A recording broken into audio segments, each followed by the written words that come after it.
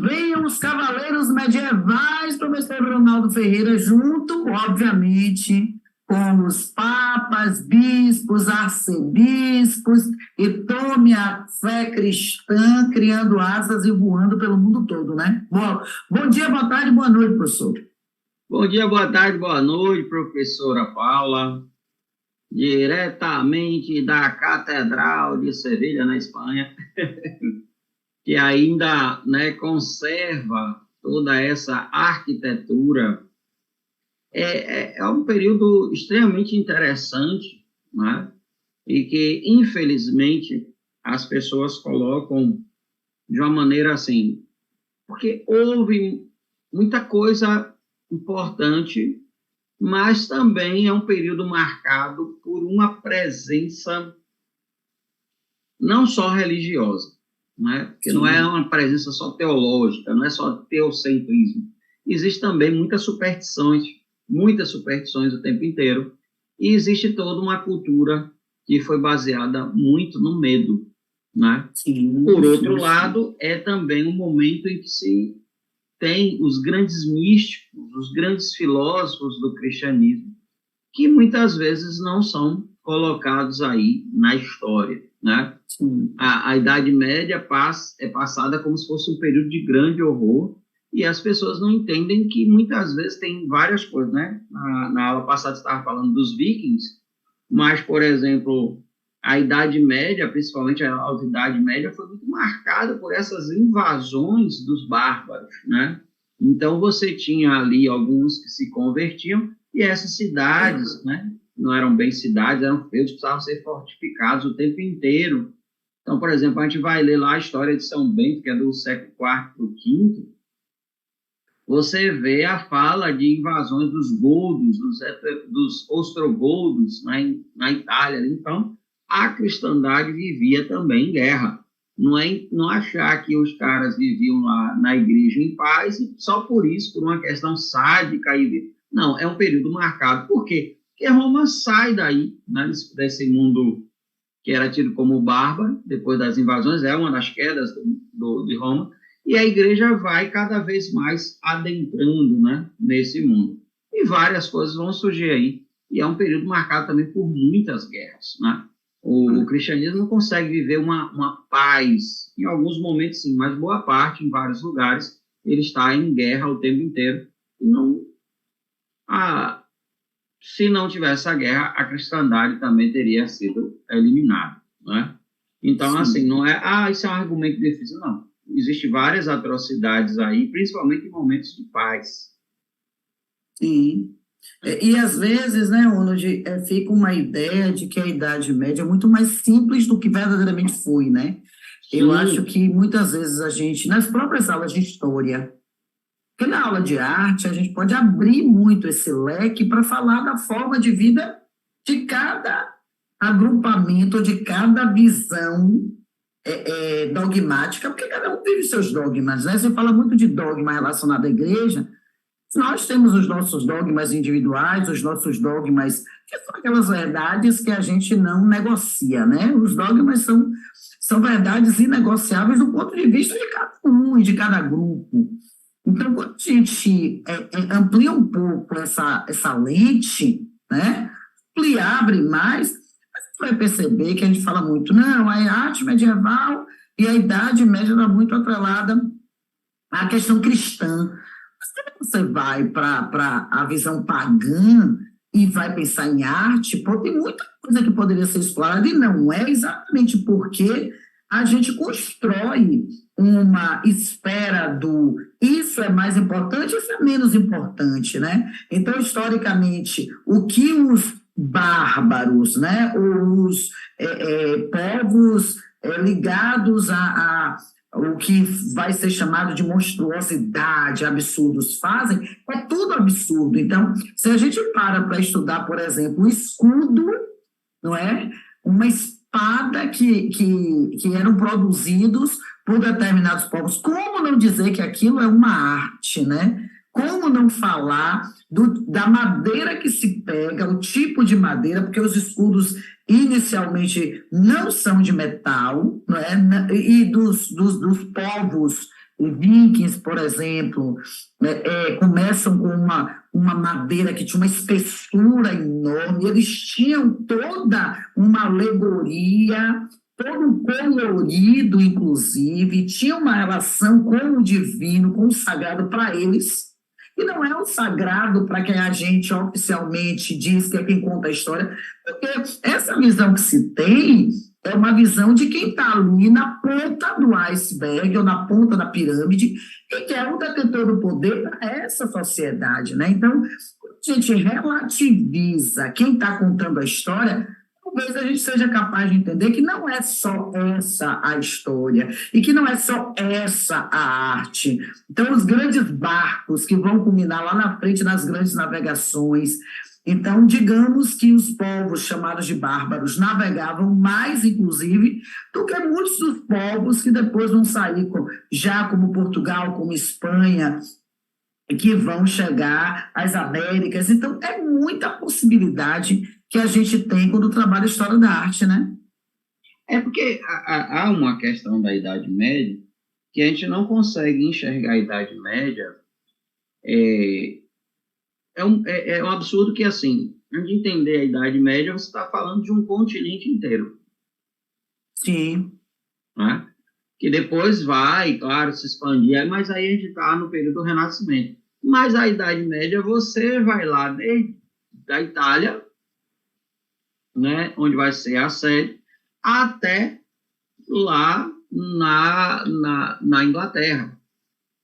E ainda subindo ali, você vai ter os povos ali do leste europeu, do oriente europeu, que vai ter encontro com outros povos que vai ficar parte católico romano e depois parte católico ortodoxo. Mas é uma distância incrível, com culturas bem distintas, e que com o tempo vão caminhando dentro desse cristianismo e se unificando dentro de uma hierarquia, dentro de uma ordem, que é toda estruturada a partir do pensamento transcendente. Né?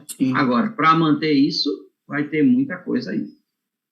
Inclusive, assim, pouco se estuda, no foco que a gente dá aqui na educação brasileira, a contribuição árabe, a essa visão de Alá, de Maomé, essa visão transcendente que o árabe tem, não é? Que a gente sabe que no Império Romano e na transição para a Idade Média foi uma visão extremamente importante, não é? De como os árabes trazem muito desenvolvimento também, inclusive na questão do conhecimento, da visão sistemática, muita coisa que parece, em determinados momentos da história que a gente conta e que a gente recebe, é que os árabes não existem, ou então que a visão que se tem hoje, né, muito mal transmitida, de uma cultura muito pontual e negativa, não é? Então, assim,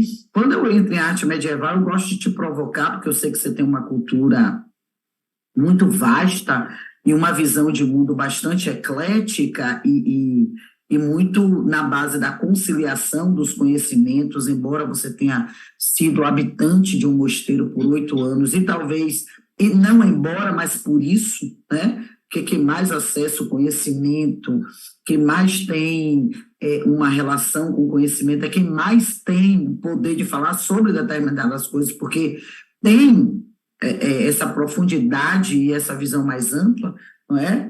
E eu acho que, por exemplo, quando a gente teve papas que foram muito radicais ou muito unilaterais, eles eram exatamente porque eles sabiam a profundidade e a ameaça que o conhecimento representa. Então, eu vejo que é uma era que é muito mais rica do que se supõe, porque se fala assim, a idade das trevas, né? Porque uma grande parte do conhecimento fica ali só a serviço da igreja, uma parte dele é destruída porque é perigosa, outra escondida, outra isso, outra aquilo, mas o conhecimento está ali. Eu não sei se muitos historiadores hoje já falam que são contra essa nomenclatura idade das trevas, porque o conhecimento estava ali, né?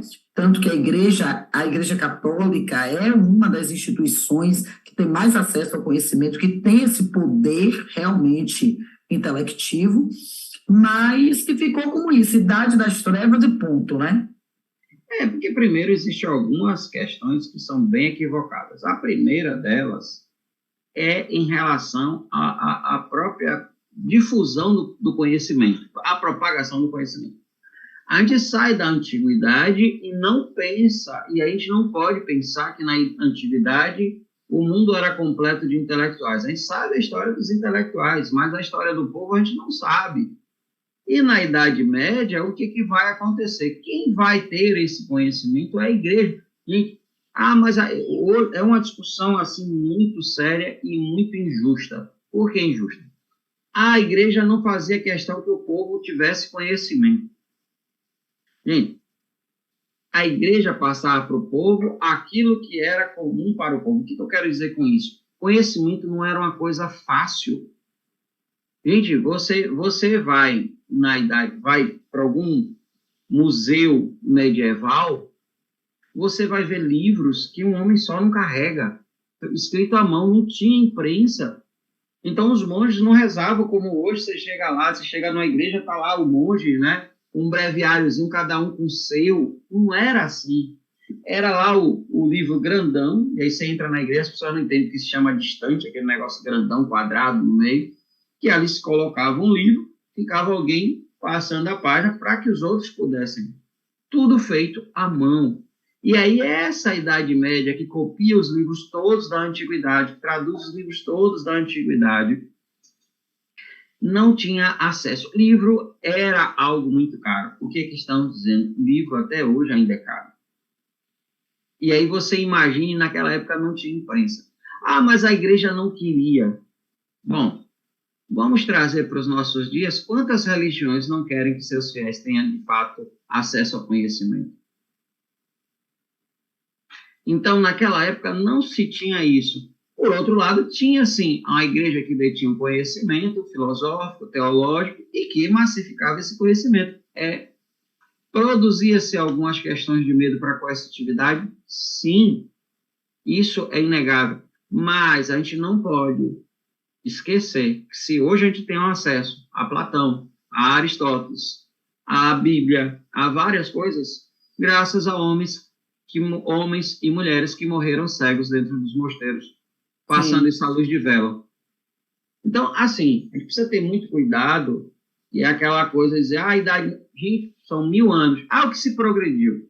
Se progrediu em arquitetura, se progrediu em matemática, se criou escolas e universidades, se criou hotéis, se criou hospitais. Todas essas estruturas saíram justamente desse mundo medieval. Quem é que fazia tudo isso?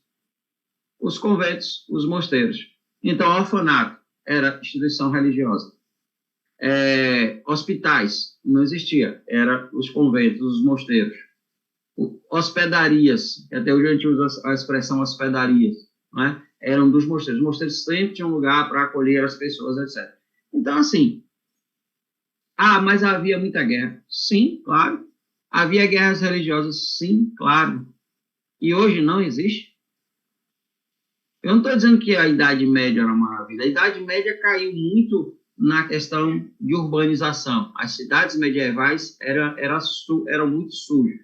A questão da higiene que se tinha na antiguidade por povos gregos, romanos, muçulmanos, que vão ser depois, até na Idade Média, mas antes judeus, vai cair para um povo que os romanos chamavam de bárbaros, porque justamente algumas coisas de costumes eles assustavam. Mas não é isso, é porque é diferente. O povo greco-romano começa a viver o que a gente chama de urbanização. Os povos tidos como bárbaros, eles moravam onde? Nas florestas, os druidas, os celtas, e aí vai. Então, não é que eles não tinham, eles tinham um tipo de vida ali. E aí choca a cultura e vem o quê? O que é pior, que é o julgamento. Então, a Idade Média é uma idade que a gente pode olhar por um lugar cultural rico, mas não é um lugar de difusão de conhecimento. Depende porque o prisma. Mas por que Lutero vai lá levar a Bíblia para o povo? Não sei o quê. Lutero nasceu, estava no momento de Gutenberg, ou seja, já tinha imprensa. Sim. E uma Então, outra há uma coisa... diferença. E mesmo assim, não era a Bíblia para todo mundo como é hoje, não. Gente, pelo amor de Deus, a gente fala das coisas hoje como se hoje fosse tudo muito fácil. Eu tenho Bíblias aqui em casa de estudo que são R$ 300. É todo mundo que pode ter uma Bíblia dessa de estudo. E não sou rico, é esforço. É esforço, né, Paulinho? Você imagina naquela época que era tudo feito ali à mão. Então, muitas vezes o nobre não sabia nem ler, mas tinha 3 livros em casa que era a forma de ostentar. E eu provoco, Ronald, nesse sentido, exatamente para trazer isso, que, assim, a arte medieval é exatamente a consequência dessa visão de mundo. Porque quem tem um livro detém também o poder econômico, a igreja está em alta, então a arte vai ser muito atrelada à visão cristã. Então, você tem uma arte pré-cristã, tá? Que vem o prefixo pré antes. Você tem o Império Romano caindo no Ocidente, aí a capital do Império Romano do Oriente, Bizâncio, vai ser um centro, há um deslocamento. Aí vem aí uma transição para a arte românica, inclusive as igrejas românicas. É bem legal, porque você vê a igreja bizantina, uma igreja românica e uma igreja gótica. Você vai perceber a diferença dos períodos. Então, essa imagem à direita aí, por exemplo, é dentro de uma catedral gótica. Olha os vitrais.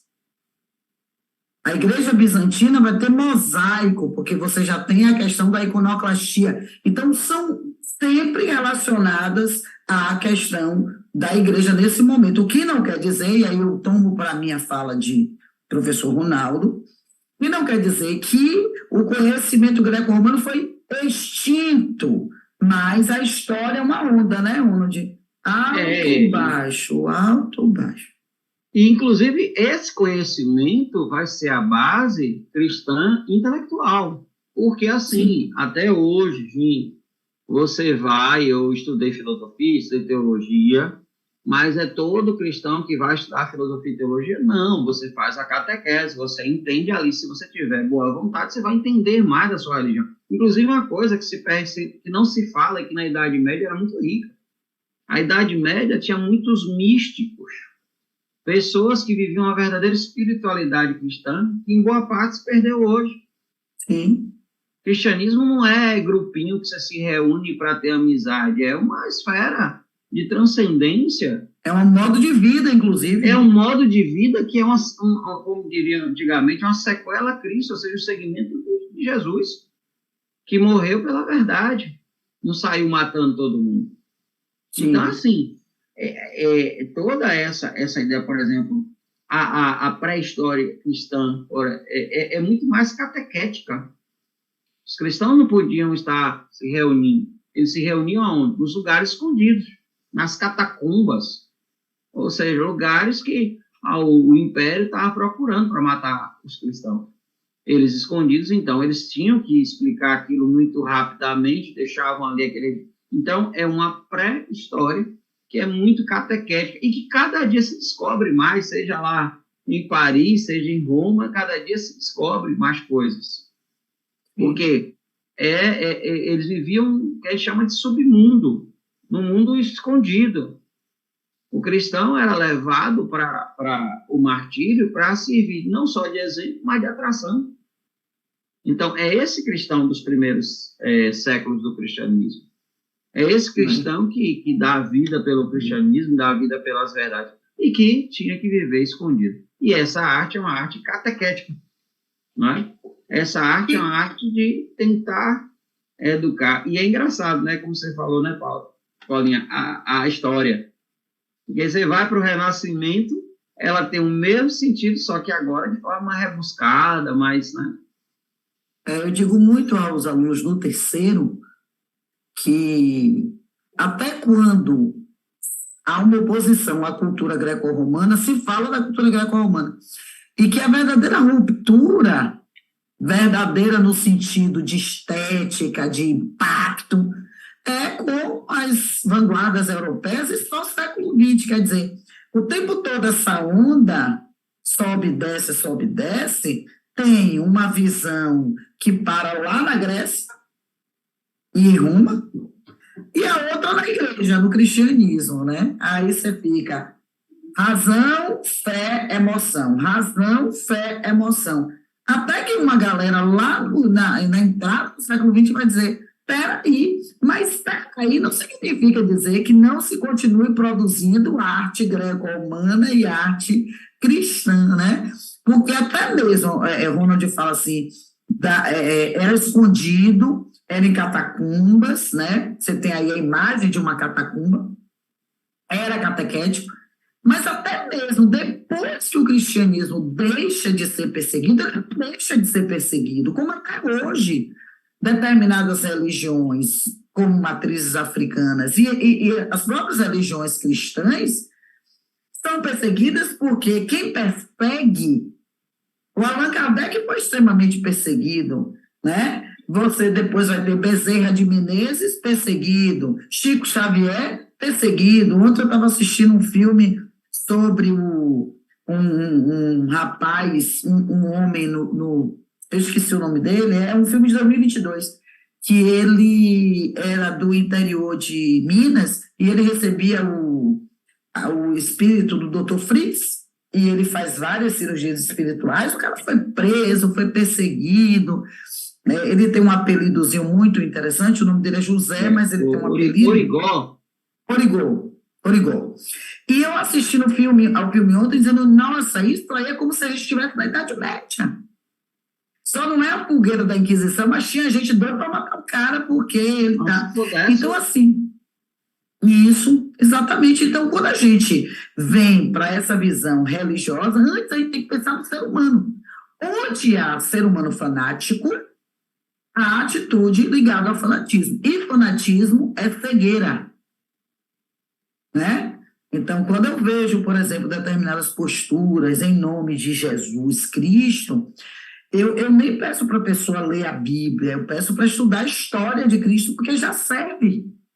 Você pega umas 3 passagens da história de Cristo, né? Seja acolhendo Lázaro, seja defendendo a adúltera, né? Seja defendendo o ladrão. Você pega umas 3 ou 4 e você vai dizer, você não está falando em nome de pessoas que realmente seguem os ensinamentos, porque este homem que passou por aqui levantou a bandeira do amor, da compaixão, São Paulo, né? Do amor, da fé e da compaixão, pô.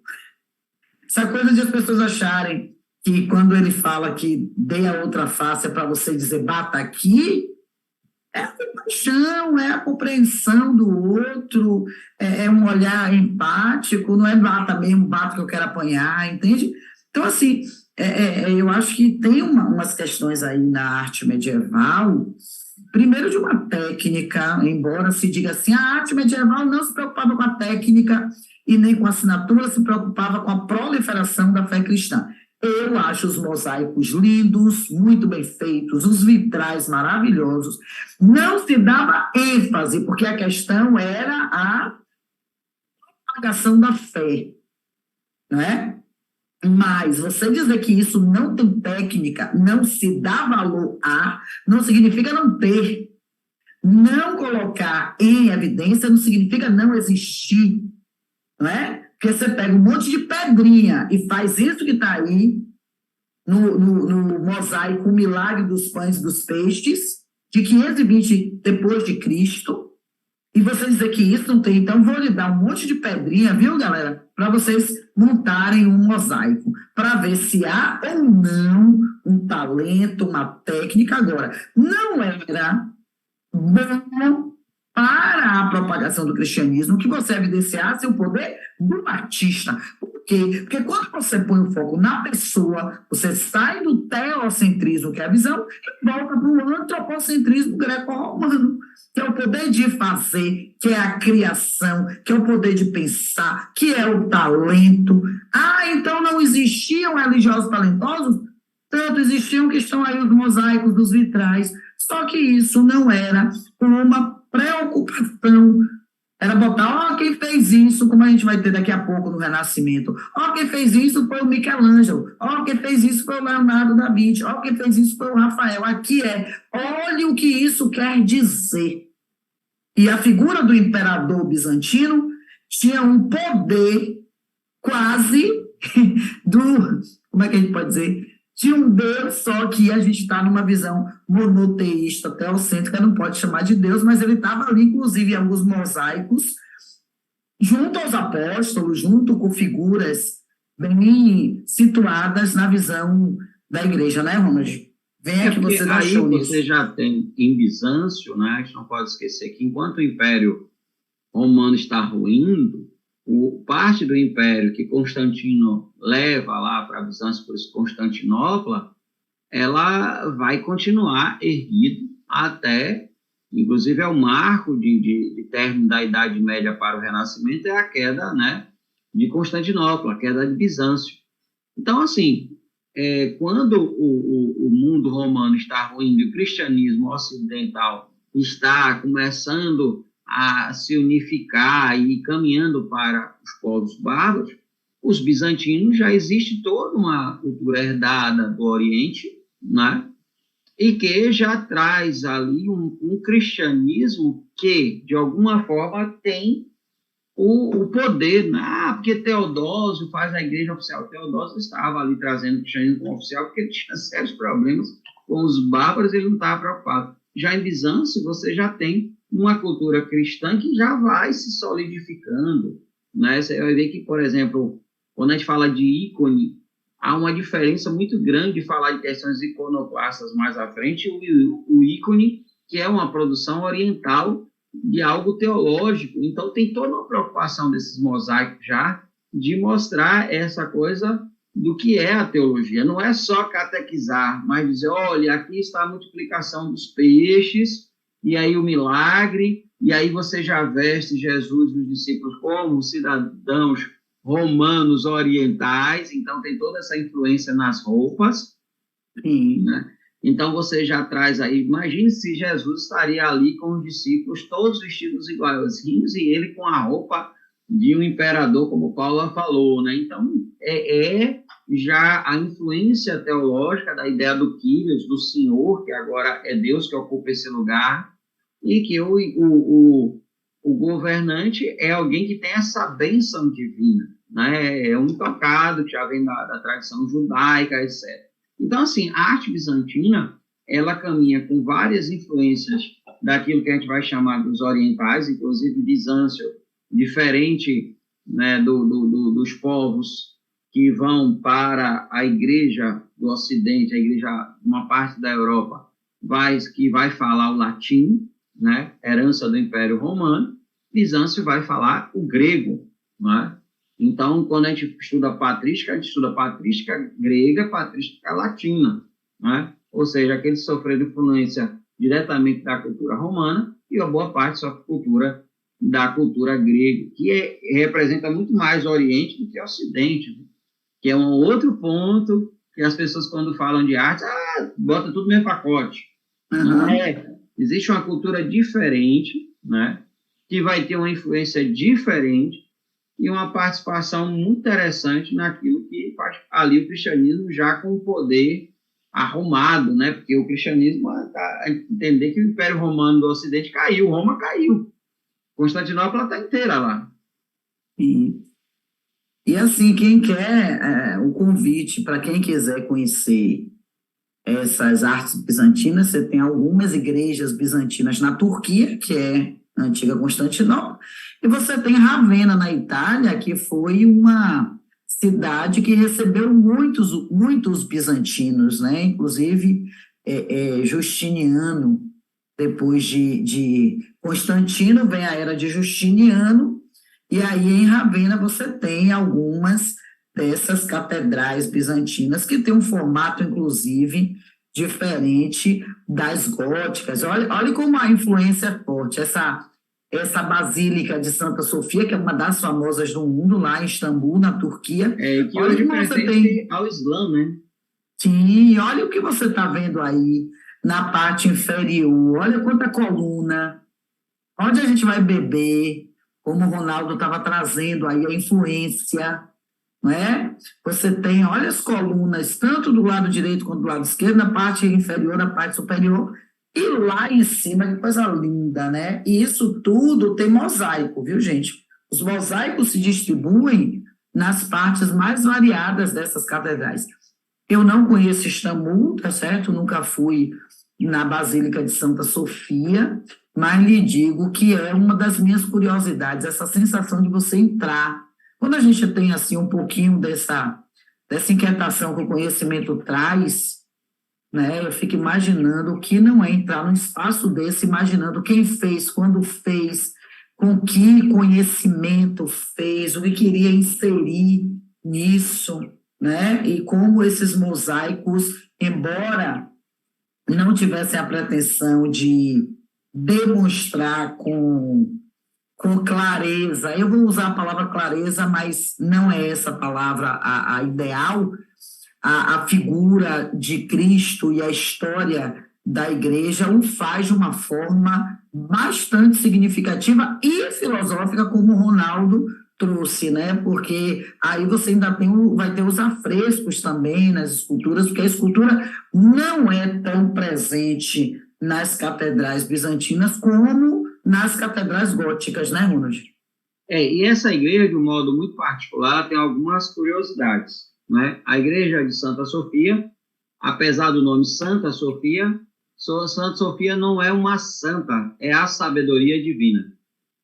Mostrando essa coisa da importância do logos, da razão divina, do saber divino. Ela também foi construída no período, no mesmo século aí que vai surgir o islamismo, né, que é o século VI, e com a queda aí, ela com a Igreja Católica Oriental, e hoje ela pertence aos muçulmanos. E a coisa mais interessante, Santa Sofia, a sabedoria de Deus, tanto para o Islã quanto para os cristãos, não há diferença aí. E a outra coisa bem importante é a gente pensar que no mundo de hoje, em que o Estado Islâmico destrói coisas de Roma antiga, os muçulmanos conquistaram, não agora, e eles preservaram esse templo, essa maravilha da humanidade, que é a Catedral de Santa Sofia, que hoje a gente não chama mais de basílica, né? Hoje é uma mesquita.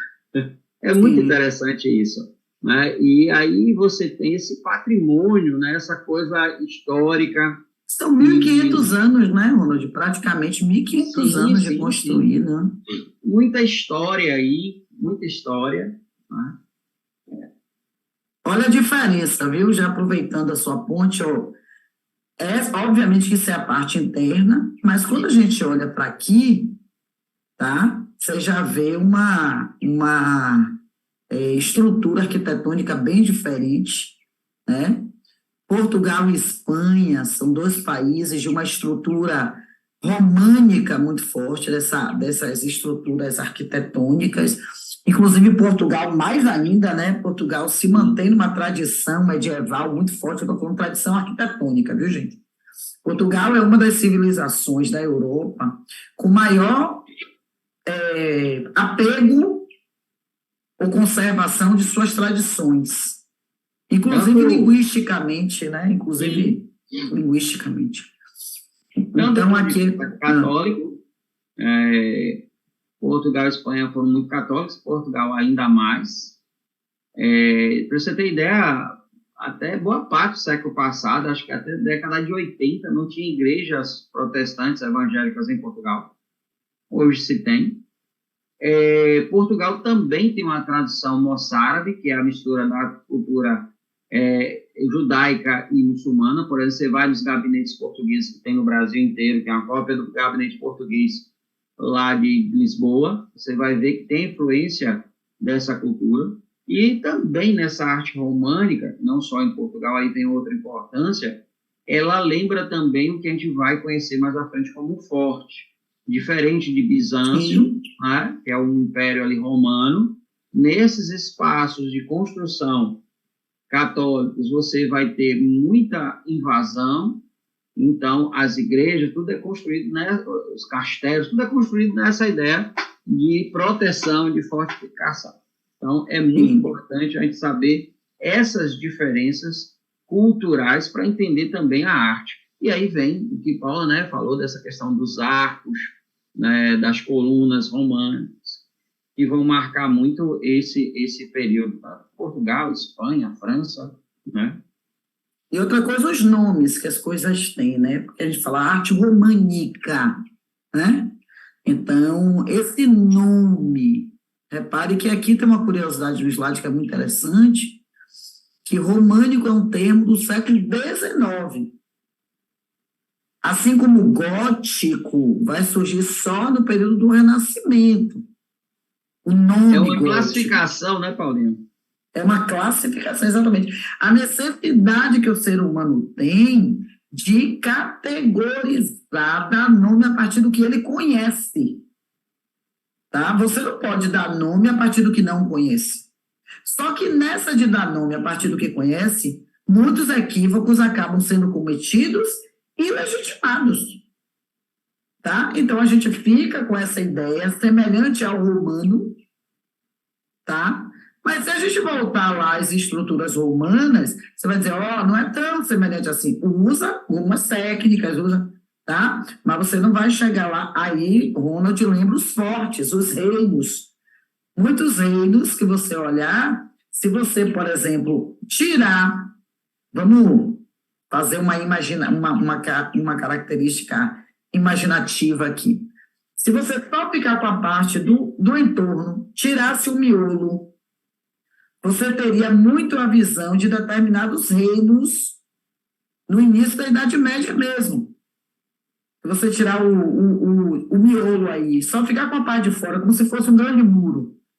Você tinha uma parte no alto para ter uma visão maior do lado de fora, mas muitos muros no entorno, né? Porque quando a gente olha uma catedral, uma igreja dessa, a gente tem uma noção assim de, nossa, que lugar seguro, que lugar fechado. Que lugar amurado. Isso não é muro, é parede. E os mosteiros eram muito assim também, né, Ronald? Assim, só que dentro tinham espaços abertos. Muitos mosteiros têm a parte aberta, mas tinha muita coisa assim de subsolo, né? Desce, umas portinhas ali que só entra determinada pessoa. Não é? Aqui não pode... O que hoje a gente veria em portas, proibida a entrada, né? Não, o mosteiro é uma estrutura que tem clausura. Isso. Né? Então, assim, tem algumas clausuras de mosteiro que são clausuras papais. Mosteiros femininos têm estruturas que só pode entrar o bispo, ou como o próprio nome diz, o papa. Fora isso, só as religiosas. Então, até hoje a gente tem o claustro, quando a gente fala de claustro, nos mosteiros tem poucos momentos em que os fiéis podem entrar no claustro. O claustro é um lugar reservado para oração, o túmulo dos irmãos também. Então, na Semana Santa, você entra, ou quando morre um religioso, você vai ali para sepultar esse religioso. Fora isso, não é um espaço que as pessoas podem entrar. É um lugar sagrado para oração. É um lugar para contemplação. Então, assim, é um lugar de silêncio. Então, há vários espaços dentro dos mosteiros, porque eu falo de mosteiro porque é uma estrutura que eu conheço, mas também porque é uma estrutura que se conservou muito do medievo. Né? Tem mosteiros, por exemplo, o Mosteiro de São Bruno, que até hoje eles têm uma estrutura medieval com coisa que, assim, eu, como sou homem, eu posso entrar no mosteiro masculino, mas tem mosteiros que não, só quem entra naqueles espaços são os religiosos, são os monges. Aí tem uma parte que o noviciado é diferente, só depois que você faz o voto que vai para aquele espaço. O mosteiro é dividido hierarquicamente. Sim. Então, tem vários. O refeitório é um lugar sagrado, todo espaço dentro dessa ideia do sagrado, e tem, por exemplo, arquivos, que há uma preocupação medieval que muita gente esquece. E que a gente sabe tanto da antiguidade, graças aos arquivos, as bibliotecas, que era o ponto fundamental desses mosteiros, e depois vão passar para as universidades, que são o quê? As bibliotecas, os lugares dos copistas. Então, assim, tinha que proteger a cristandade. Então, se a cidade era invadida, não tinha outro lugar para ir, o povo ficava abrigado aonde? Dentro da igreja, até que chegasse ou de outro feudo que viesse ali ajudar e tentar salvar o povo. Mas a igreja era um lugar máximo de proteção, por isso essa estrutura fortificada, né? E assim, é bem legal isso, né? Porque, por exemplo, em matéria de vestibular, como a gente teve um aluno que perguntou, cai quanto? A nossa preocupação é muito mais cultural e de dar a vocês substância do que de acertar uma mera questão. Porque quem tem substância acerta a questão, mas nem todo mundo que acerta a questão tem substância, né? Em matéria de prova, se prioriza muito mais em provas a estrutura bizantina e a estrutura gótica. A estrutura gótica ainda é mais. A estrutura românica aparece muito pouco, né? Então, a gente coloca, mostra para vocês, olha aqui a referência aos séculos 8, do 8 ao 13, o 13 a gente já está aí na transição para o gótico. Repare que a gente tem aí o bizantino ali, século 6, 5, 6, até mais ou menos. Eu não gosto muito dessa divisão temporal, porque parece que para uma coisa começa outra, para uma coisa começa outra, e não é, tem muita coisa que coexiste, não é? Mas a gente tem um marco, principalmente da estrutura gótica, que vai aparecer, e eu fiz essa introdução exatamente para a gente perceber o quanto é diferente, realmente. Se você comparar isso, você comparar aqui, olha a estrutura interna, a externa, e você compara uma catedral gótica, isso que a gente está pegando é uma fachada principal, mas se a gente pegar uma que é a Catedral de Notre Dame, que infelizmente teve toda aquela questão, vai ser reconstruída, eu acho que já está sendo reconstruída, mas é uma reconstrução, e sendo reconstrução, é uma construção, nunca vai ser igual, tá? Levando em consideração, desculpa Paulo interromper, que boa parte disso que a gente tem na Europa, que muitas vezes o pessoal diz assim, uma conservação, muita coisa foi reconstruída. Por exemplo, o Mosteiro de São Bento, que é Núcia, né? O Mosteiro de Núcia, ele foi praticamente destruído nas duas guerras mundiais, na primeira e na segunda.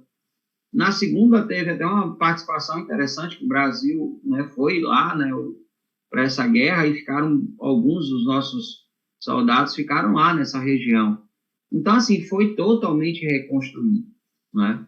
E agora, vem um outro ponto. Para você reconstruir um patrimônio tão antigo desse, você tem que ter noção não só de técnica, mas de arte, de cultura, né? Filosofia, né? Visão de filosofia, porque qualquer coisa que você coloca, até o material que você vai usar, não pode ser qualquer material.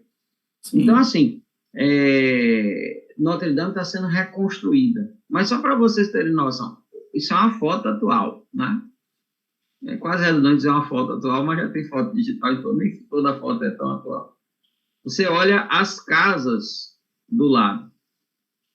São casas grandes, algumas têm 4 andares, imensas para a época, mas olha o tamanho dessa igreja. É uma intenção muito clara, né? Assim, para a época não aparecia como para a gente hoje aqui estudando, mas o tamanho do ser humano diante disso, a pequenez, né?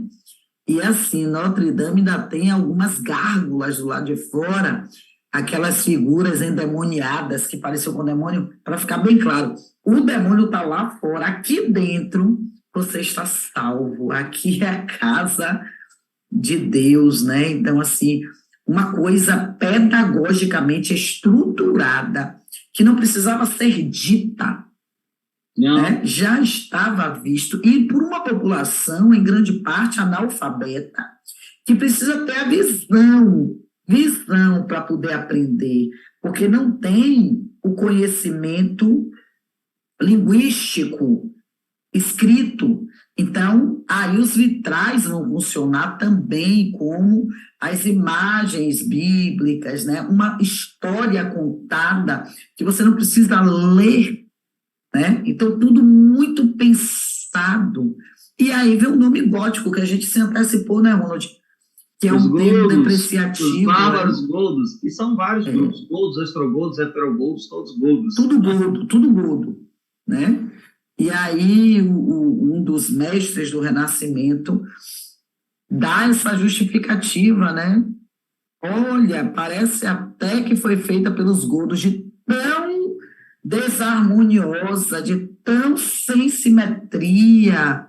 Então, é uma coisa que o cara lá na frente vai dar de algo cá atrás, tá? E aí esse estilo gótico é considerado um aprofundamento desses elementos da arte românica, e eu gostaria de pegar essa imagem de fora para mostrar a vocês alguns aspectos que são típicos das catedrais góticas, tá?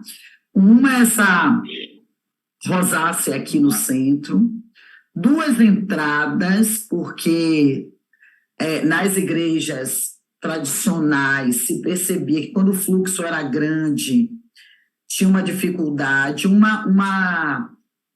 um espaço interno bem grande, e na parte interna você vai ter áreas bem grandes, fora as pontes agulhadas, né, as torres agulhadas, que aqui a imagem está mais fechada, mas as catedrais góticas, e você tem góticos, espaços góticos na Alemanha, lindíssimos. O gótico se espalha, tá, pela Europa de uma forma muito mais pulverizada do que foi, por exemplo, o bizantino, né, Ronald? Até por questões históricas e ideológicas, né?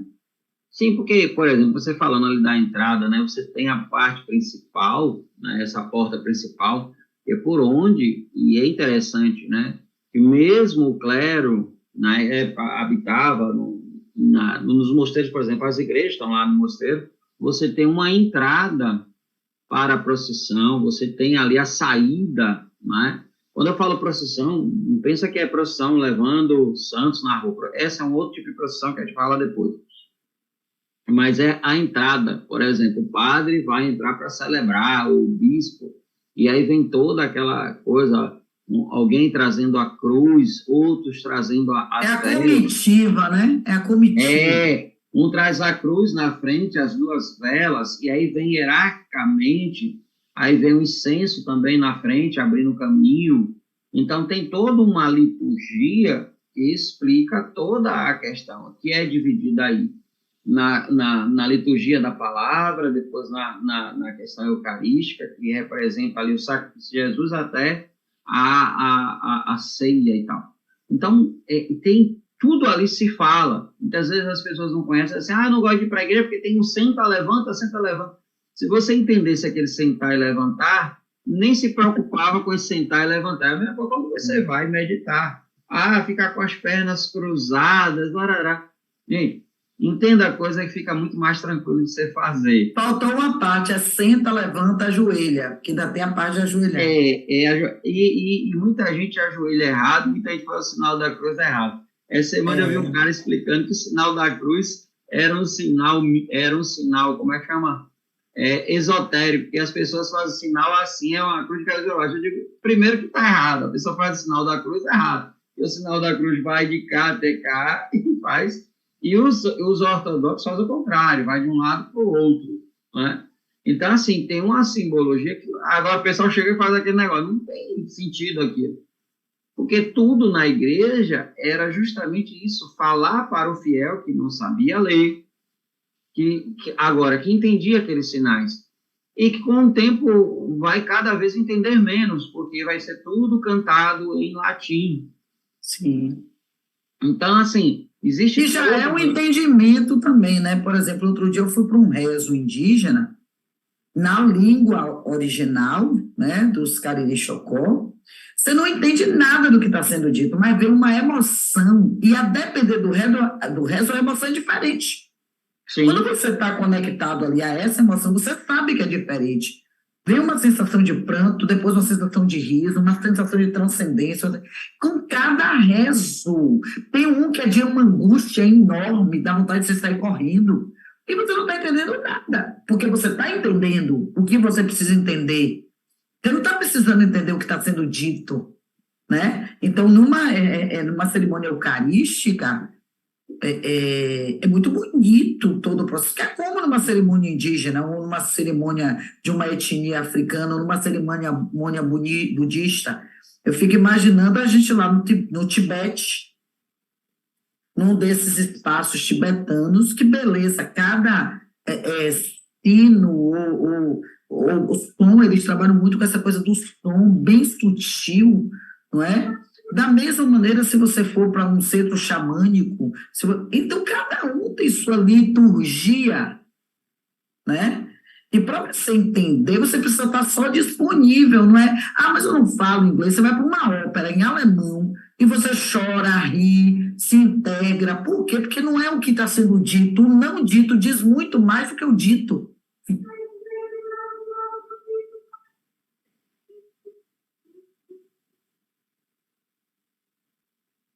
Cadê? Não está chegando.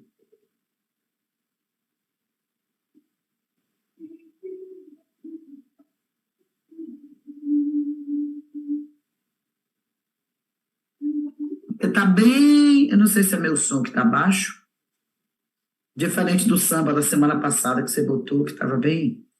Porque depende do áudio, aí fica, às vezes.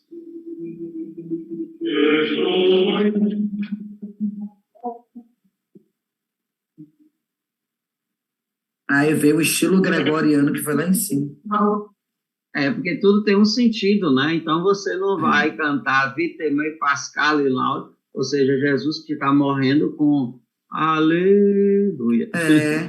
E dançando, cada um tem um, né? tom, tem um sentimento, e o povo, a gente precisa entender que esse povo não tinha televisão, não tinha rádio, muito menos internet. Todas as emoções eram passadas ali ao vivo e a cores. Sim. Então, imagine o que é você estar rezando um ato de contrição cantado dessa maneira, como, né, se canta, tem um salmo, né, que é o De Profundis, que é o salmo que se canta no momento que alguém morre, né? Então, o próprio nome De Profundis, né, descer, tá profundo. Então, a música tinha muito essa preocupação de levar o indivíduo para contemplar aquele ambiente que falava por si, né? E a frequência, né? Sim, a frequência que estuda muito. Lá aí, esse lá do mantra budista, esse lá do rio, esse lá da onda, tem muita coisa aí para... Porque a gente estuda pouco e eu acho que nesse aspecto a física é muito pouco valorizada para a gente entender que a frequência está em tudo, tem sentimento, tem frequência do sentimento e tem música que desenvolve essa frequência, porque são ondas, né? Então, a frequência como onda, a música leva, o canto leva, a batida de um instrumento leva. Tem instrumento, tem canto que tem uma frequência que te leva lá para baixo, tem coisa que, sabe, te deixa... Tem gente que tem uma frequência, quando você encontra, dá a impressão de que você tomou uma surra. Ou então tem gente que faz isso aqui, ó.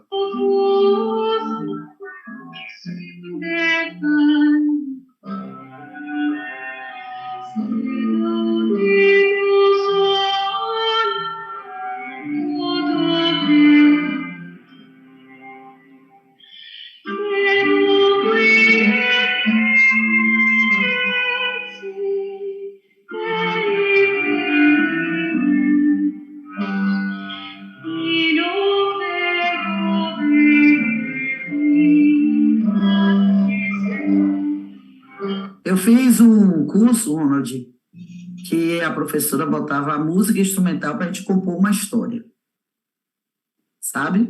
Sim, a partir da sensação. E foi fantástico. Porque, incrivelmente, era só instrumental e 15 participantes, as histórias eram muito parecidas. Sim. Entendeu? Bom, aí vem a transição. Aí a gente vai para uma transição já... Essa alta Idade Média, olha a onda, olha a onda, olha a onda. A Idade Média sobe, daqui a pouco ela começa a ter alguns dos pilares cristãos que vão ficando mais fragilizados dentro de alguns aspectos. Por favor, não é alguém atirando uma bomba atômica e acabou os pilares, não é assim. Não, e assim, dormiu medieval, acordou renascentista. exato. Essa fase de transição que está aí, o Giotto é um pintor italiano, aliás, nem dá para perceber que é italiano, Giotto, É, e que ele começa a trazer uma coisa que é muito importante, porque a gente começou dizendo que a arte medieval não foca na técnica e no artista. Você não tem uma arte tridimensional na pintura. Por quê? Porque é para passar a ideia dos valores cristãos. É uma arte muito preocupada em demonstrar teocentricamente, aí você bem pleonástica, o poder de Deus. É para evangelizar, é para catequizar, é uma pedagogia cristã. Se você põe muita técnica, quando a gente chega diante de uma coisa muito técnica, a gente fica olhando a técnica, dizendo, nossa, olha tal recurso, é como um filme que tem muita tecnologia, como Avatar, né? Se a gente se descuidar um pouquinho, você está mais... Perde a história, exato. Então, agora, com Giotto, já no século XIV, na verdade, assim, Giotto está entre o século XII e o século XIII, ele já começa a trazer volume na sua e o pintura. único que deixa o nomezinho, né, Paulinha? Porque os outros... Exato, os outros passaram, né? Deixaram só as obras, não deixaram os nomes. Ele não, Não era ele é importante na estudado. Idade Média deixar o nome do artista. Exato, porque senão você diminui Deus. Engraçado, o homem é filho de Deus, mas na Idade Média, quando você enaltece o homem, você diminui o poder de Deus. Isso é um risco, tá? Teocêntrico, teológico. A diferença aí da antiguidade, que era antropológica, antropocêntrica. A gente tem uma Idade Média que é teológica, ou seja, tudo diz tudo é Deus, e o poder tem que estar ligado à ideia de Deus. E quem diz o que é de Deus e o que não é de Deus é a Mátria Eclésia Santa Católica Romana. Exato. E de uma parte apostólica. Inclusive, tem uma oração muito forte no sentido mesmo conceitual. A igreja considera o credo uma das orações mais fortes, exatamente porque passa pela história de Cristo, né? E chega um momento em que ele diz assim, creio em Deus Pai Todo-Poderoso, Criador do céu e da terra, em Jesus Cristo, seu único Filho, nosso Senhor, que foi concebido pelo poder do Divino Espírito Santo, nasceu da Virgem Maria, padeceu sob Pôncio Pilatos, foi crucificado, morto, sepultado, desceu à mansão dos mortos, ressuscitou o terceiro dia, subiu aos céus. Está sentado à direita de Deus Pai Todo-Poderoso, de onde há de vir a julgar os vivos e os mortos. Creio no Espírito Santo, aí vem o que Ronald está dizendo, na Santa Igreja Católica, na comunhão dos santos, na remissão dos pecados, na ressurreição da carne, na vida eterna, e que assim seja, amém. Repare que é uma oração que conta meio a história. É que, na verdade, é o credo, né?